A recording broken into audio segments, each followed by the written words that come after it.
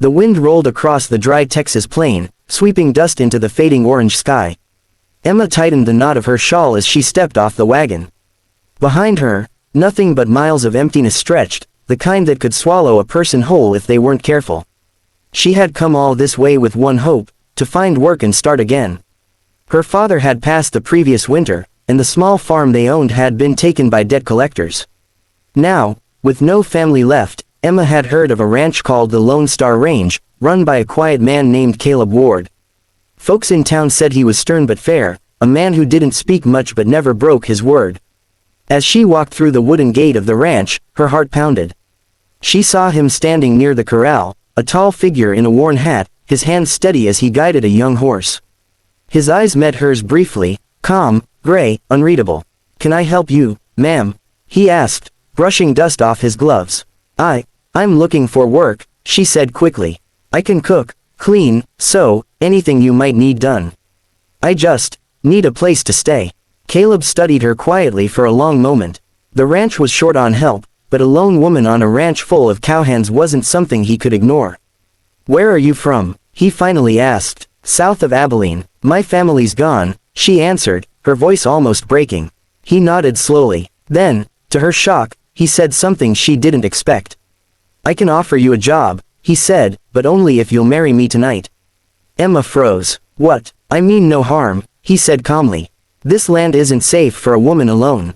The men here respect me, and they'll respect you if you're my wife. It'll protect your name and your safety. You'll have your own room, and I'll never ask you for anything that isn't decent." She stared at him, unsure whether to laugh or cry. A marriage, to a man she'd just met. But his eyes weren't cruel, they were honest, almost kind. She saw a man who had lost something too, maybe more than she could guess. After a long silence, she whispered, "All right." That night, under a thin blanket of stars and the flicker of a lantern, the town's old preacher read the vows. There were only two witnesses, the ranch foreman and his wife. Emma's voice trembled as she said, "I do," not out of fear, but because she didn't know what her life was turning into. For weeks, their marriage was nothing more than a quiet agreement.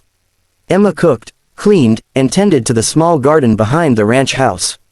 Caleb worked from dawn until dark, driving cattle and mending fences. They spoke little, but he always greeted her politely and made sure she never wanted for anything. Sometimes, she caught him glancing at her with a look she couldn't quite name, something between admiration and guilt. She wondered what secrets he carried. One afternoon, a fierce storm rolled across the plains. The sky turned black, thunder echoing like a stampede. Caleb rode out to bring the herd back to the barn before the lightning scattered them. Hours passed, and when the storm finally broke, Emma saw him returning, soaked, bruised, and half frozen. Without thinking, she rushed to him. "You could have been killed," she cried, wrapping a blanket around his shoulders. He smiled faintly. "Wouldn't be the first time the land tried to test me." That night, as he sat by the fire, Emma noticed the scar on his arm. It was long and rough, the kind left by a bullet. "War?" she asked quietly. "Yeah," he said. "Lost a brother out there." Lost the reason to talk much after that. For the first time, she understood him, a man shaped by loss, holding his pain like a secret.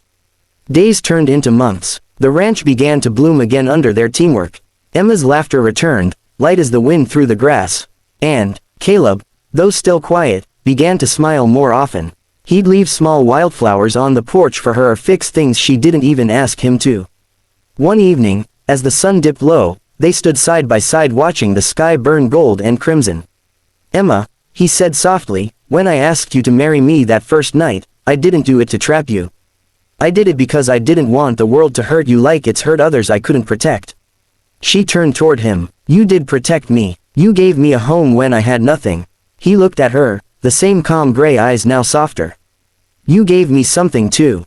You gave me peace." She smiled through tears. Then maybe this was meant to be after all. The ranch hands began calling her, Mrs. Ward, with pride. Travelers spoke of the quiet cowboy and the brave young woman who had turned his lonely ranch into a home filled with warmth and laughter. Years later, when new families settled nearby, they'd tell their children the story of the woman who came looking for work and found a life instead. And sometimes, when the wind blew across the fields, Emma would close her eyes and whisper to herself, grateful for that one unexpected offer that changed everything.